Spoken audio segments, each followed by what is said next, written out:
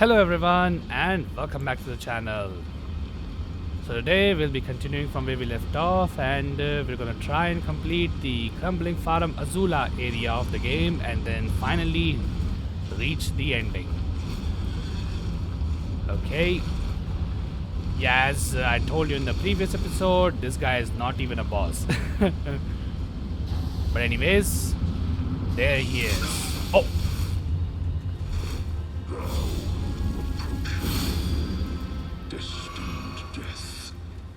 I will not have it stolen from me again. Okay, before I start this fight, did I? Oh yeah, I didn't even change my freaking talismans. Okay, hold up. 1 second, beast clergyman. Let's see. Yeah, this one might work. Okay. Okay, he's not gonna let me apply maybe all of my buffs. Yeah. Well, not without hitting me at least. Okay, here we go. 914, wow. I've done more damage to DLC bosses than that. But I guess his HP is also pretty low compared to other bosses. So there's that too, and I missed. Okay, that's bad. Anyways. Oh, he missed. Alright, there we go. Hammer is still as good as ever. Alright, that's the damage we like to see. Alright, there we go.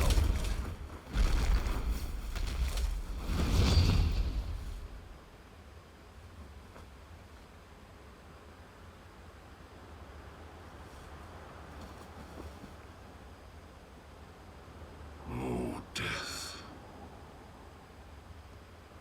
Become my blade once more.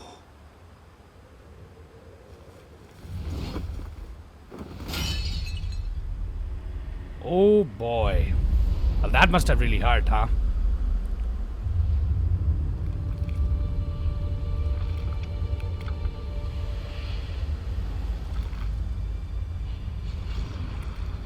I'm not gonna lie, that's the sickest transformation I have ever seen of any boss in this entire franchise, I must say.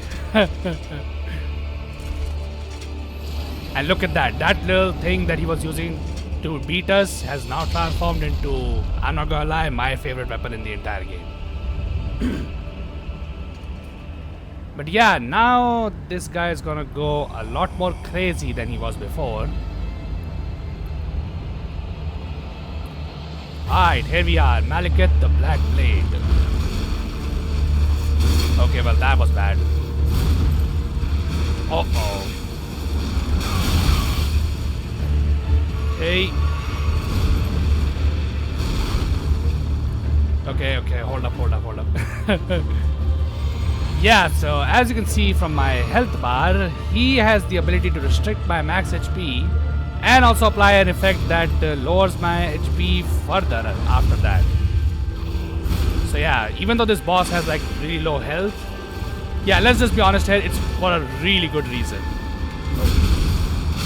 Oh my god. Okay.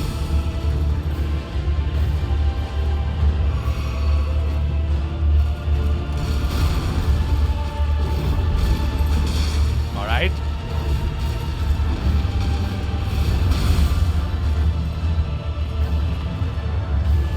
Okay, nice of my health coming back.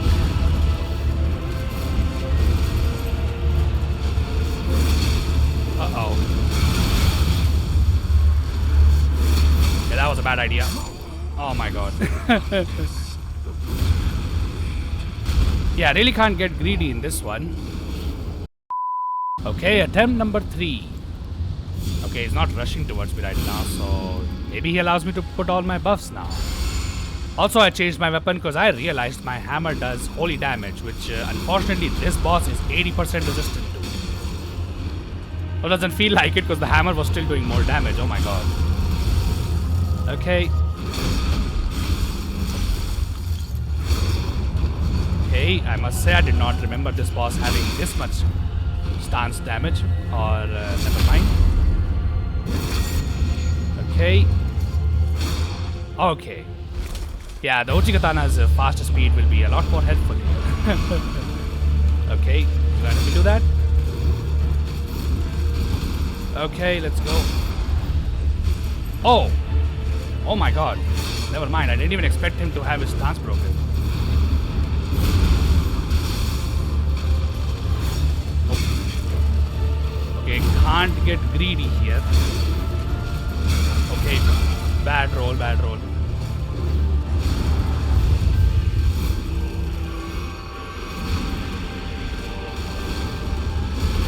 Oh my god.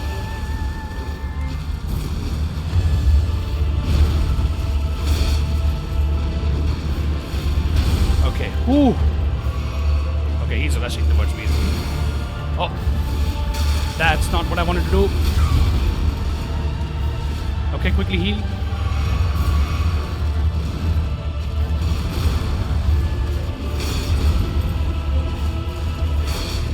Okay, he's almost dead. Oh. Uh-oh. Okay, whew. I got greedy, I must say. Oh my god. I cannot be doing that on this boss. But luckily it's over. Anyways. Hmm.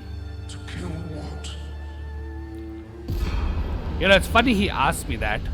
Why would we want the destined death? Anyway, there we go. So remember how we burned the Erdtree, but the Erdtree wasn't set on fire? Yeah, it's because the rune of death has been locked away in Faramazula. Because Queen Marika wanted her order to have, not have the concept of death at all. Well, luckily now we have literally a power that can allow us to beat plot armor. Though I have no idea why the rune of death, acts like this and just burns us away.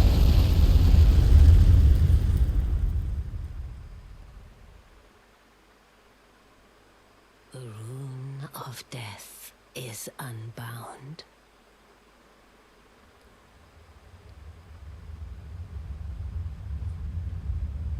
And the lands between are shrouded by death's dark fate. But the flames will also burn the impenetrable thorns.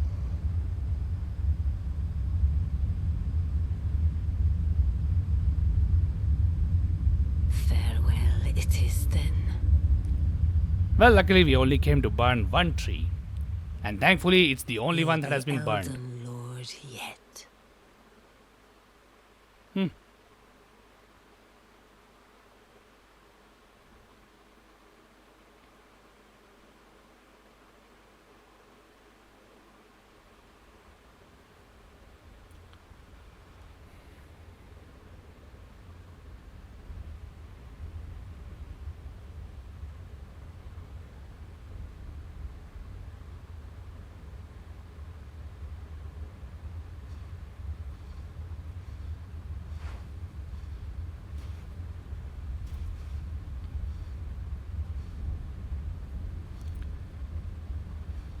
Okay, oh my god, look at that. We're back in Leyndell. Except now it is the Ashen capital because... Okay, I'm not gonna lie. Where did all this ash even came from? The Erdtree is still standing tall, even though it is burning now. There's really not much to do here anymore now. There's a somber stone weapon, like the somber stone ancient dragon stone, just beside this wall over there, but I don't really care about that anymore. Instead, we need to go over here and return to the throne room. And for anybody wondering why I just don't use the teleporting from grace to grace, well, you lose all your graces. Anyways, well, let's just put this guy on for what's about to happen up ahead. And look who's there. I knew you'd come to stand before the Elden Ring, to become Elden Lord. What a sad state of affairs. I commend your spirit, but alas, shall take the throne. Queen Maliketh has high hopes for us, but we continue to struggle. To eternity. Ooh, well, that's a pretty good damage now, isn't it? Okay, well, if you want to struggle for Queen Marika, then yeah, go ahead. Struggle. Try and find a way through this godforsaken weapon. You know, if you can find it, that is. Okay, let's see if he can heal himself. In my bones, a tarnished cannot become a lord. Not even you. A man cannot kill a god. Well, for anybody who forgot who he was, that was our boy Gideon, father of Nephelilu and the guy who welcomed us when we first arrived at the Round Table Hold. So, for some reason, even though he himself wanted to become Elden Lord, he stands in our way here saying that we must struggle unto eternity, and in the end, none of us tarnished should become Elden Lord. Yeah, I'm not gonna lie, I think this guy has just some, few screws loose in his head. Because, like, why would you murder all those Albinaurics in the village of Albinaurics? The place where we got the first medallion of the Erdtree from. If that didn't serve a purpose in this case. But, never mind. I'm pretty sure Nephelilu won't be angry anymore, considering this guy literally abandoned her. But anyways. Yeah, now let's return to the throne room. But who could be the boss here? Because Morgoth is already dead. Okay, I should probably put my buffs up. Wait, what? Who is this? Wait, you get a summon sign here? Who is this? Oh! Oh, it's Nephelilu herself. Oh wow, that's actually quite irony that person with Lu as their surname comes to help, fight this guy right here. But anyways.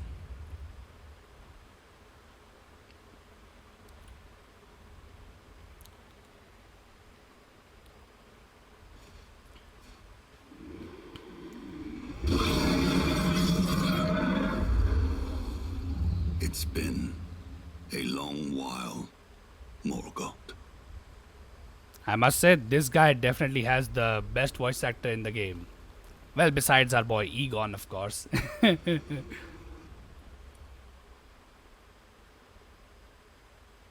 Long and hard didst thou fight, tarnished warrior, spurned by the grace of gold.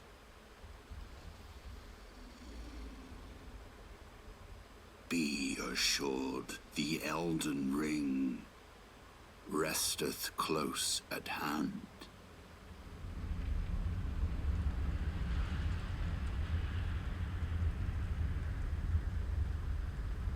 I don't know about the Elden Ring, but I definitely see a burning tree. Alas, I am returned.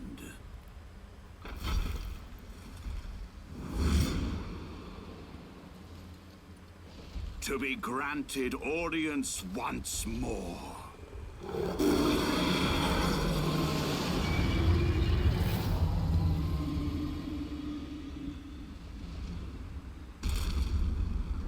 Upon my name as Godfrey, the first Elden Lord. Well, okay. We have already fought this guy before now, haven't we? How much different could he be from that phase over there? Luckily, not much.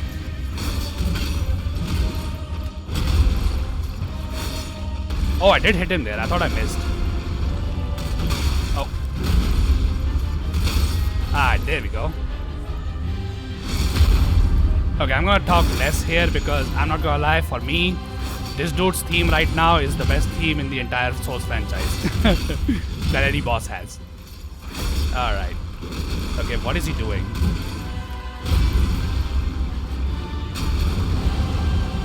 Oh. I did not see that he was lining up on me. Hey, there we go. That's Regal Roar.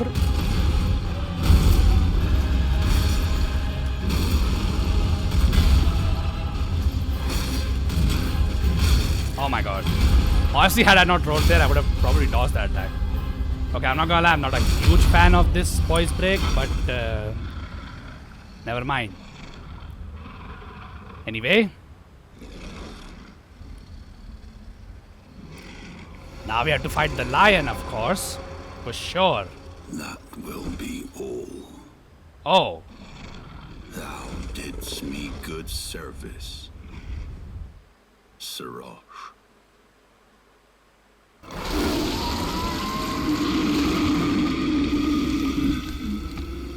Okay, what happens in this scene exactly?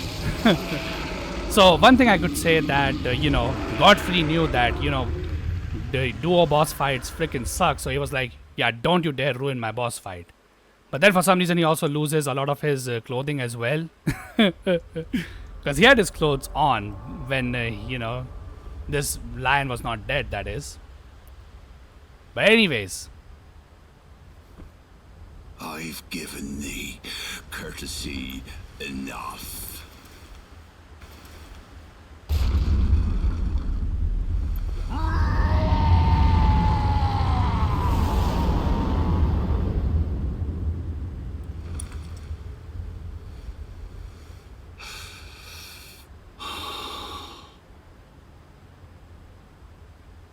Now I fight as Horalu.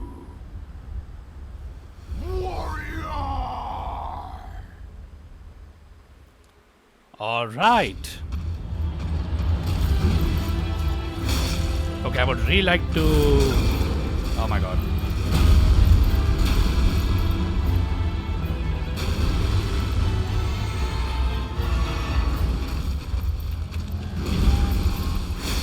Oh, I did hit him. Nice. Well, he hit me too, so that's bad.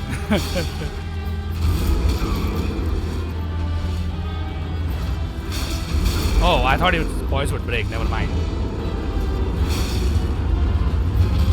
Okay, that's Horalu's Earth Shaker.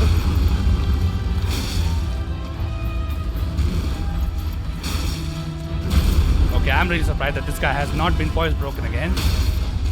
Or for that matter, actually, where's the bleed? Yeah, no idea where that is. Brave, tarnished, thy strength befits a crown. He's the only boss that in the game that does not trash talk you, so I think he deserves a bow. Biggest Chad in the entire game. He may not be the first Elden Lord as he claims, because we know that that's Placiduous Axe, but hey, he is the first one for the Erdtree, and probably the best one that they had. So yeah, that was Godfrey. So first he beat his son Morgoth, and then the father comes himself.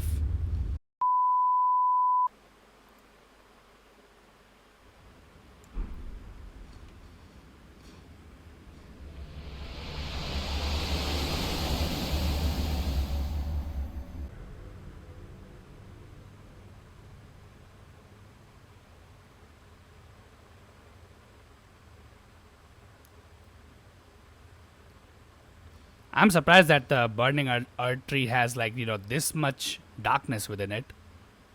Not sure how that's possible, but anyway, there we go. Everybody thought Queen Maliketh the Eternal was missing. Well, there she is. I have no idea what happened to her. Like, why she's like a crumbling statue here. Anyways.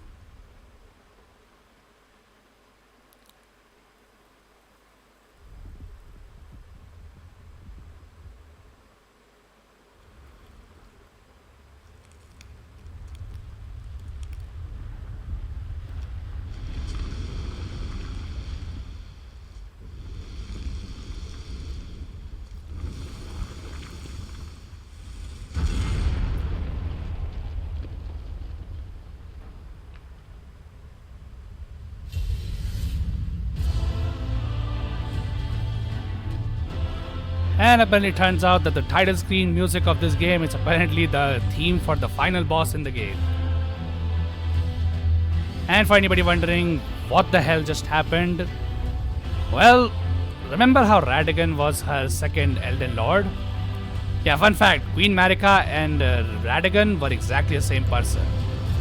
So apparently Radagon is like her, what can I call it? Okay, it didn't let me apply the flame grant me strength.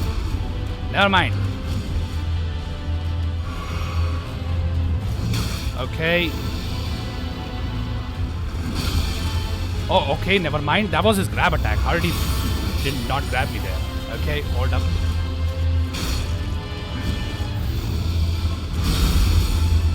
Okay, there we go. I should have probably brought in the starfish here, because I don't know if this guy is weak to bleed or something. Alright, there we go.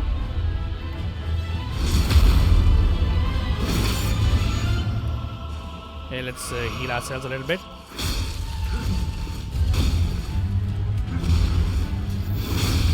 Uh-oh. Okay. Oh. Okay, that was weird. I expected that before, but for some reason he delayed his attacks. Oh, he was looking to teleport away, huh? Well, too bad, buddy. Too bad. Okay, here we go.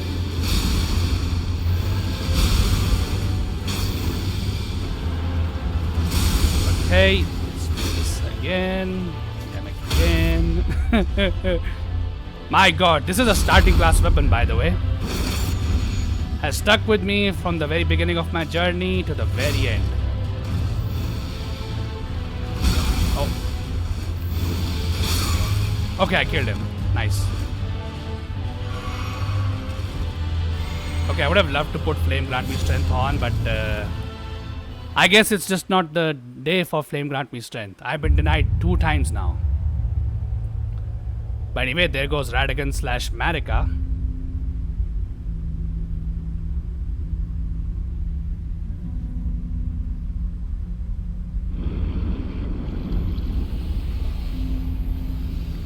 And then we get this.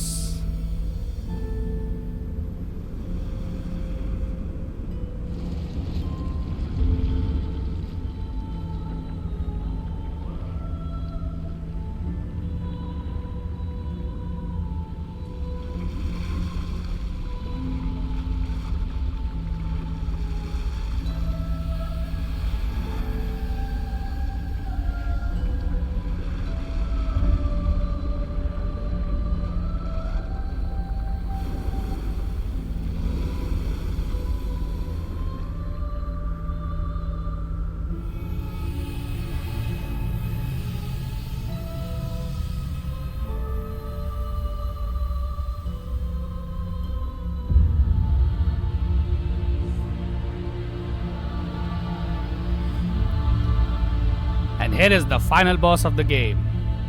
A goofy fish face slug. Oh my god, what did I even say there? But anyway, here's the Elden Beast. Well, screw Flame Grant Me Strength then. Sure. Alright.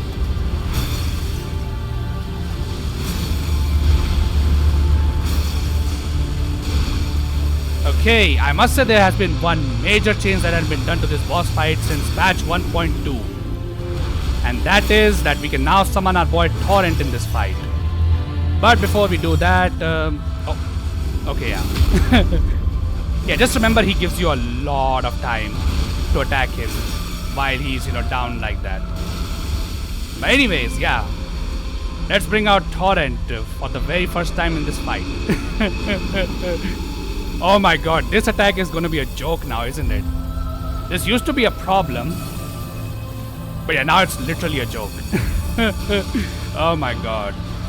Okay, where is he though? Oh yeah, this attack, yeah, this is a joke as well, isn't it? Unless he decides to pull off some BS combos here. Yeah, he's doing that, isn't he? Oh, but I dodged it. Okay. You know what? Honestly, I should have brought the hammer. Maybe it would have done like a lot more poise damage to this guy.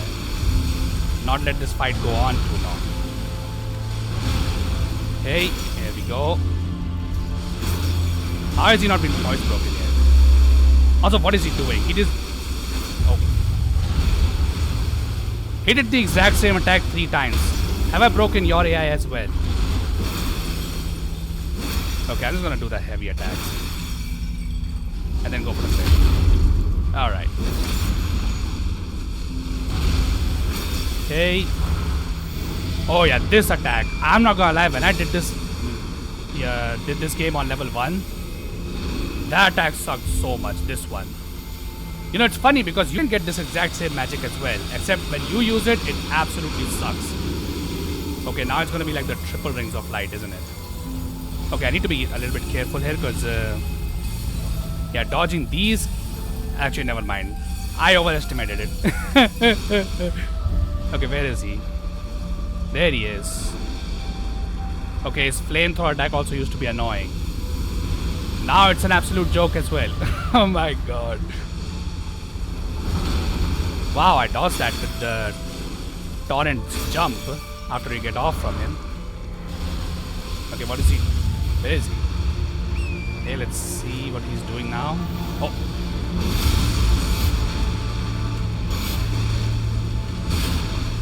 You know, I'm surprised we don't get this attack that he does with his sword that we can get from his remembrance. But I guess that makes sense a little bit. Okay. Okay, why is he... Oh my god, okay, never mind.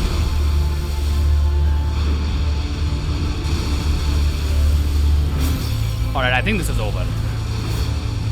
Well, if he lets me attack him, that is. Okay, let's first dodge this. Alright.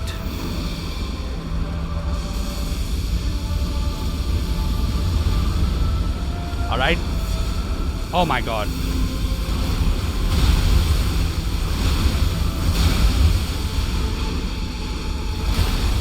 Okay, there we go.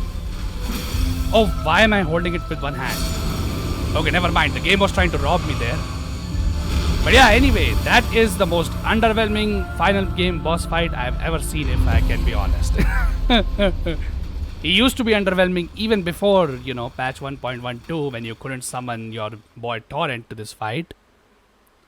Unfortunately, they made this fight a complete joke, didn't they?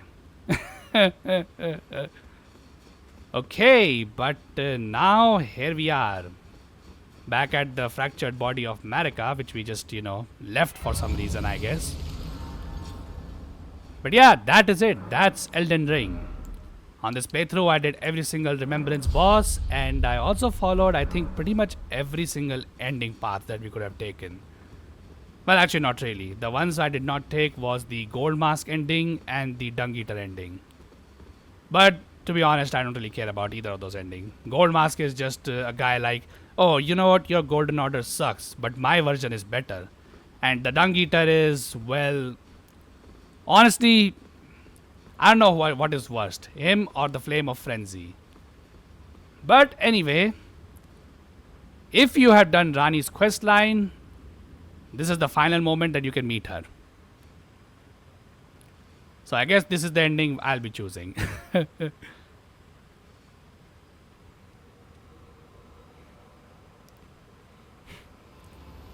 But yeah, there you go.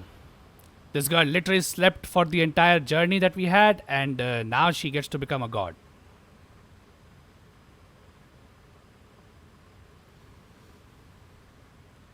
The battle is over, I see. I must say this doll has like very little lip movement when, you know, Rani speaks, that is.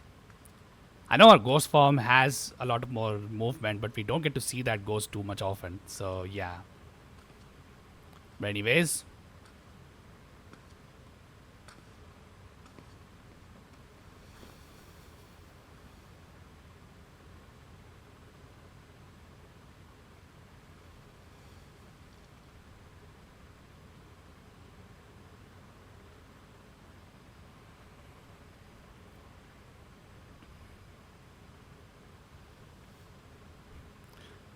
When I first saw this, I was like, is she gonna just open her, left I do eye? solemnly swear to every living being and every living soul. Now cometh the age of the stars. 1,000-year voyage under the wisdom of the moon. Here beginneth the chill night that encompasses all, reaching the great beyond. Into fear, doubt, and loneliness, as the path stretcheth into darkness.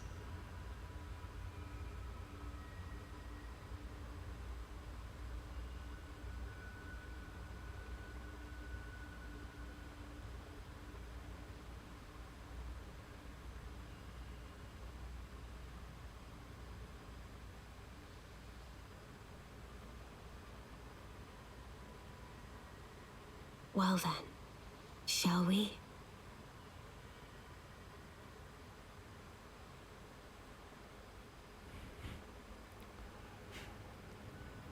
My fair consort eternal.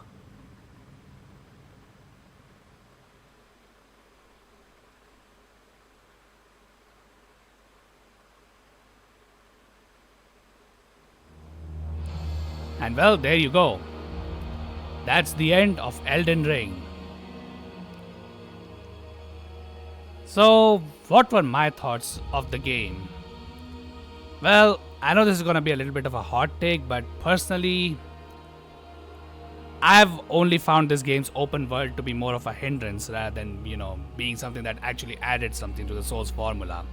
Don't get me wrong, maybe this is just me, but ever since I played Dark Souls 1 and spent about 50 hours on my very first playthrough, I realized that these games, they teach you to just run past everything, go to the bosses and just do them.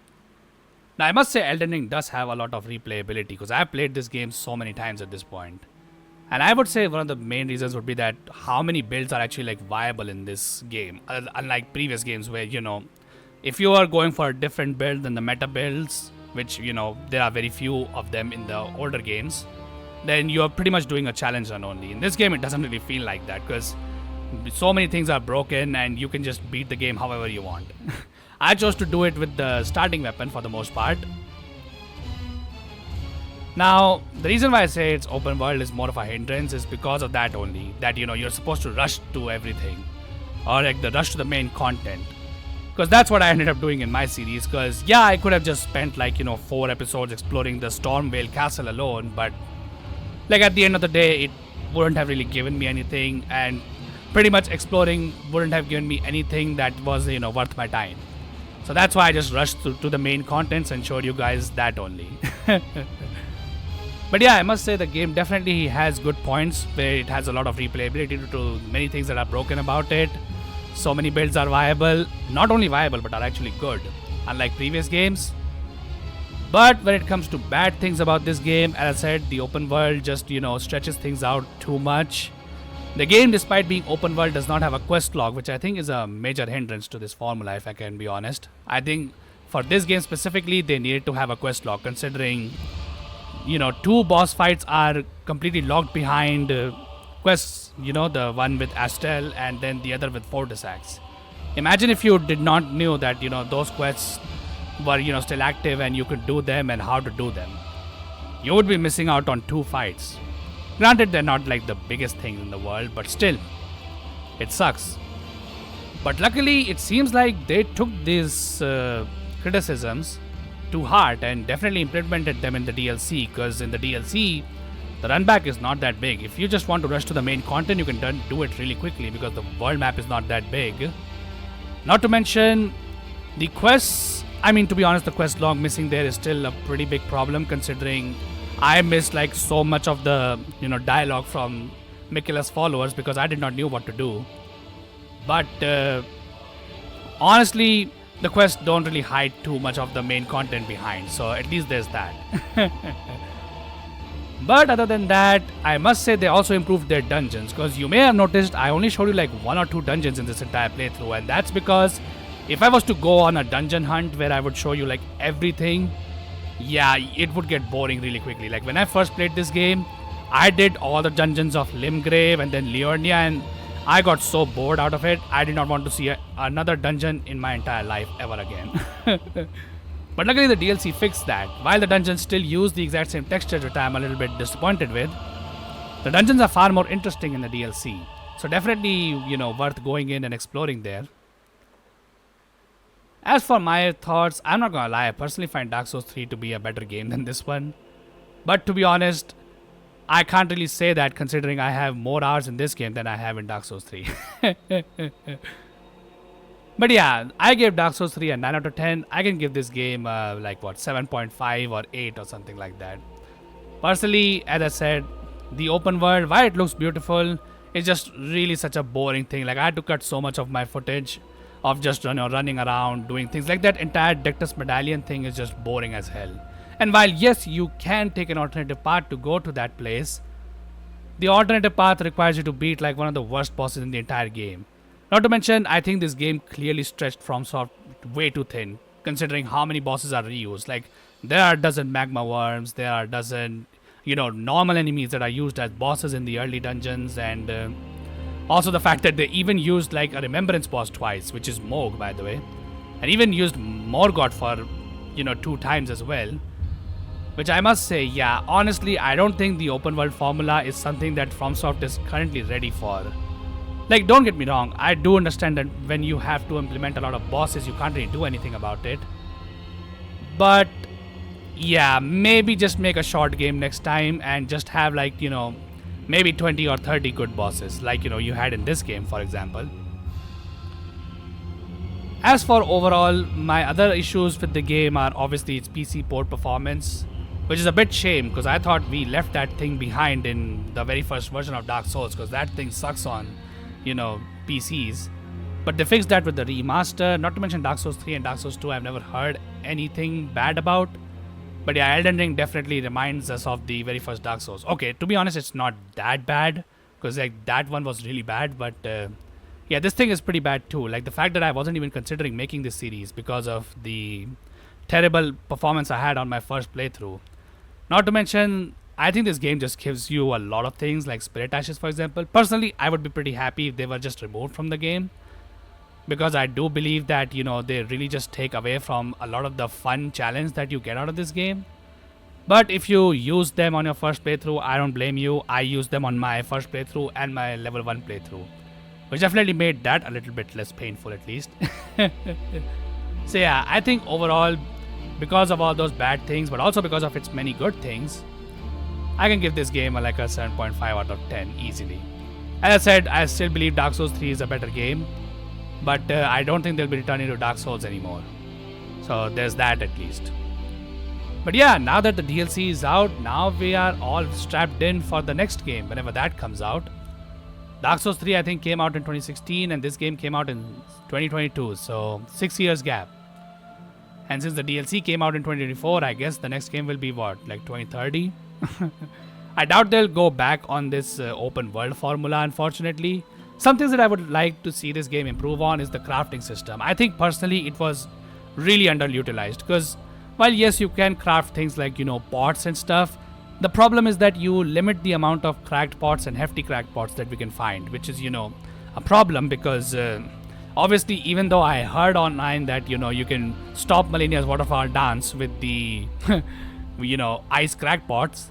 Yeah, I doubt someone playing this game for the first time and finding Malenia for their first time will be actually able to make good use of it, considering you only get 16 in the base game, which is a problem, because I don't think everybody is going to be buying the DLC. To be honest, I do recommend buying the DLC. I think it has enough content to justify its price, but that is something you have to decide for yourself, whether you find that to be interesting or not. But yeah, anyways, that was Elden Ring. So for next game, I do not know, honestly. Okay, we're gonna hold off on this one. I honestly do not know what next game I should be playing. You guys can put down in the comment section. I want to do Sekiro, but I'm not gonna lie, I kind of want to get off this hack and slash strategy game, because I think I have been, farming FromSoft games for quite a long time. So maybe I'll give Sekiro a break. I know it's not really technically a Soulsborne game because of how different it is, but I just wanna get back to shooting guns, I guess. But anyways, I really hope that Bloodborne and Demon Souls also come to PC so that I can try them. As for anybody wondering, will I ever do Dark Souls 2? Well, I've seen a lot of people, post a lot of memes recently about, Dark Souls 2 enjoyers just being chads and all. I'm not gonna lie, I guess I'm just not a chad because I did that game again, thinking that, maybe it will be some good game to revisit sometime. But unfortunately, I just did not have fun. Dark Souls 2 is just... Okay, it's technically not as badly stretched as Elden Ring is, but my god, it handles itself so poorly. So, I don't know, maybe I'll do Dark Souls 2 sometime later. It's definitely not going to be the next game, I think at least. Unless I really am just feeling masochist and want to do that game regardless. But yeah, anyway, that is Elden Ring. So if you liked this entire series, then be sure to leave a like on this video and on the entire series. If you liked whatever episode you liked, leave a dislike, I guess, if you didn't like it. But make sure to leave a comment on giving your thoughts about the game. Do you think this was a good direction for the FromSoft games, or specifically the Soulsborne games? Do you think it stretches the studio too thin? Because personally, I think it definitely does. And yeah, give me your rating of the game. Do you think it's fun, or would you recommend the Shadow of the Erdtree? By the way, also give me your rating of the Shadow of the Erdtree as well, because I think 4 weeks have almost passed since the DLC came out, so now I'm pretty sure most of you have completed it. So yeah, give me your thoughts about the game. Did you find it fun? Where do you place it on your Souls game ranking list? But other than that, I hope you all have a wonderful day, and I hope to see you all in the next one.